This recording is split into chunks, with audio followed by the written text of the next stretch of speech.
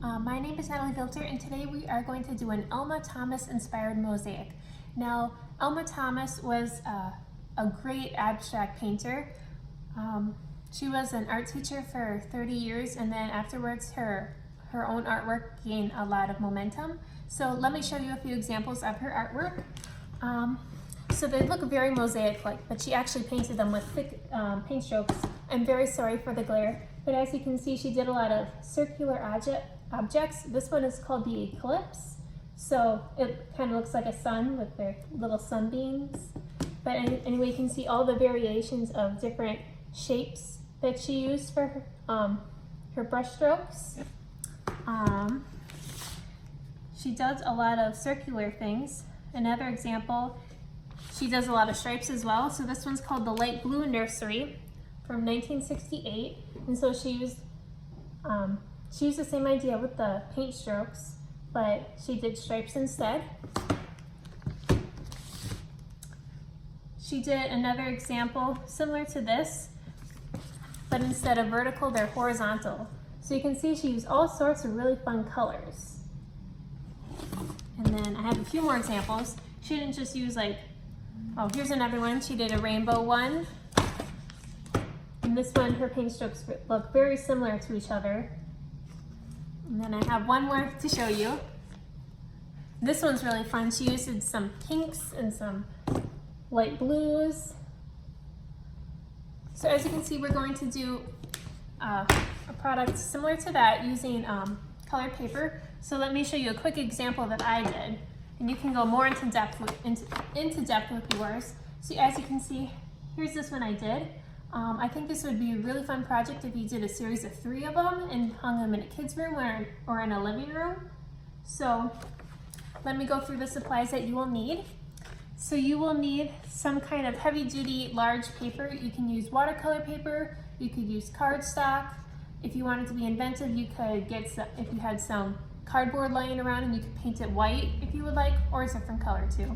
So you will need some paper, you will need some glue, and then you will need some scraps of paper.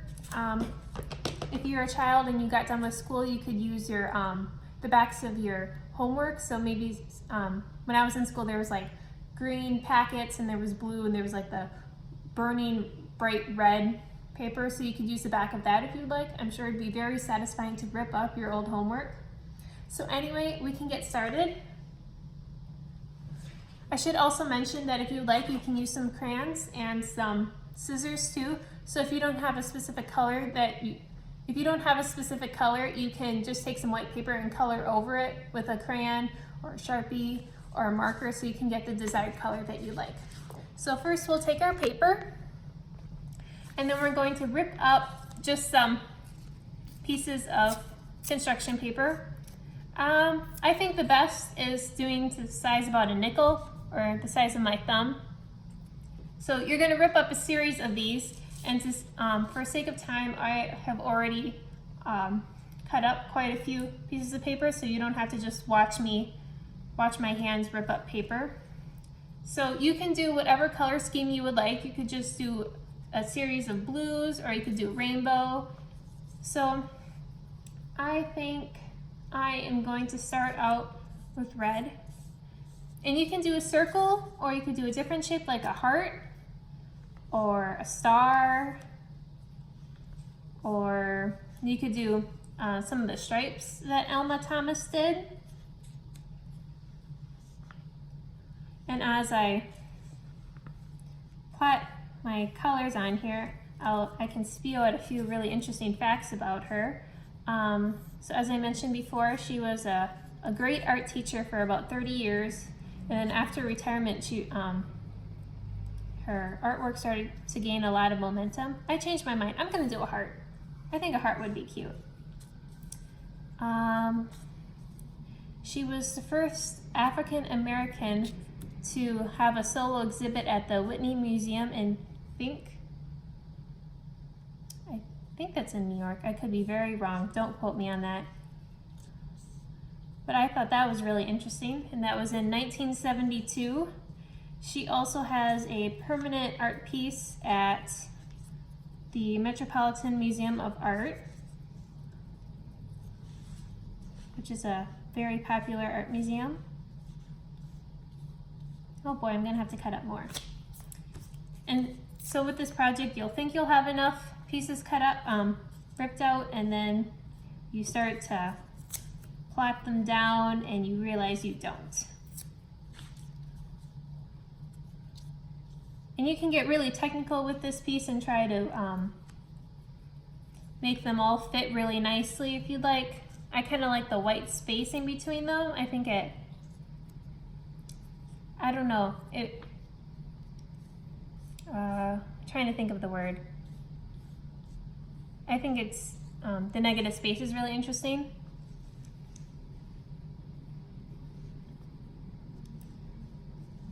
And your shape does not have to be absolutely perfect, so my heart's a little wonky. So I think I'm gonna glue down the first layer. So I did this when I was working on this piece before. I realized that it's almost better to plot down one layer and then glue it down right away, because if you wait till the very end when you have all your pieces plot out, they get all moved around and then you forget where you put them. So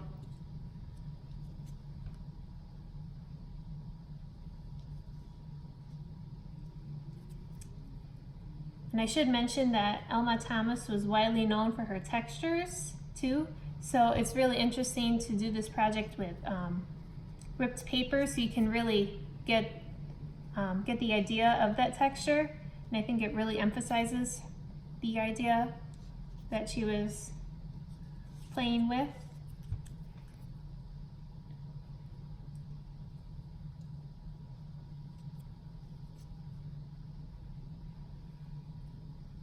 And you can also use like magazine bits too. I mean, you don't have to just use solid colors if you don't want to. I should mention this would be an also really cute finger painting idea.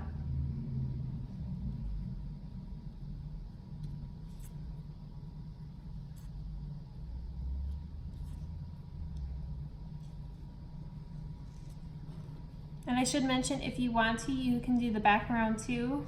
Like I think in some of hers, I think she did a peach color in the background, and I think that would be really cool because the peach wouldn't take away from your main focus, which is your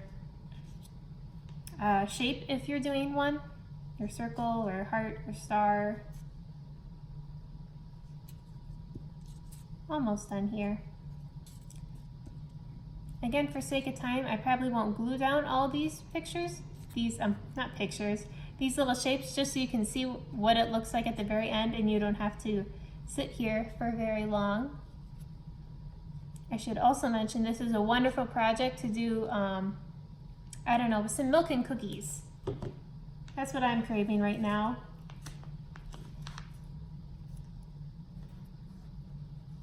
So maybe before you go to bed or something.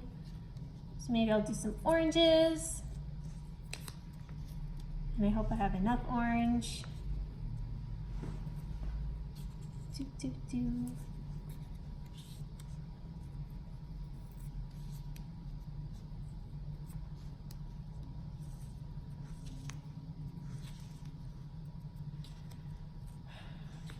And as you're doing this, you can daydream or listen to music. Oh, it turns out I'll need more orange. You can get to see some ripping action, I suppose. And you can make your ripped pieces of paper all different sizes. Some can be really small, some can be really large. And it's great. This project is great to just use scraps of paper. So you could dig through your recycling and find some, or for the previous projects you did, maybe you have some extra paper left over from that you could use, because I mean, they can just be really tiny pieces.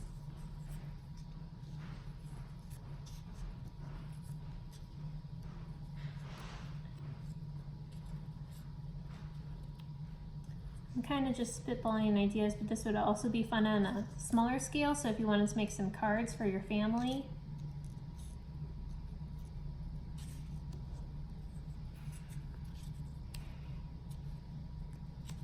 And I did cut out all the colors of the rainbow, but it looks like I'm not going to be able to fit all of them, but that's okay.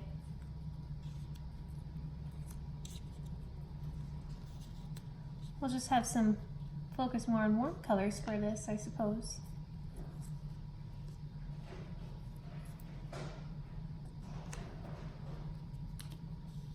Here's some green.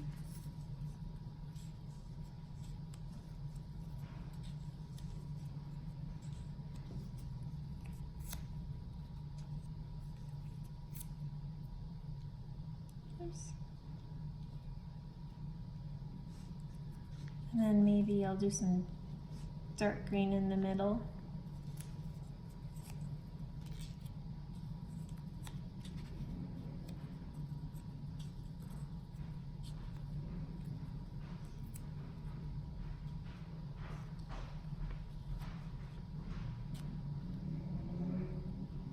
All right, and here we go. Here's our finished project. Hopefully you can see that.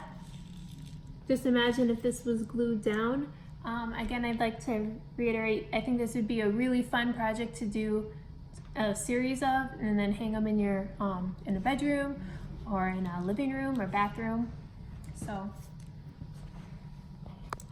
thank you so much for watching.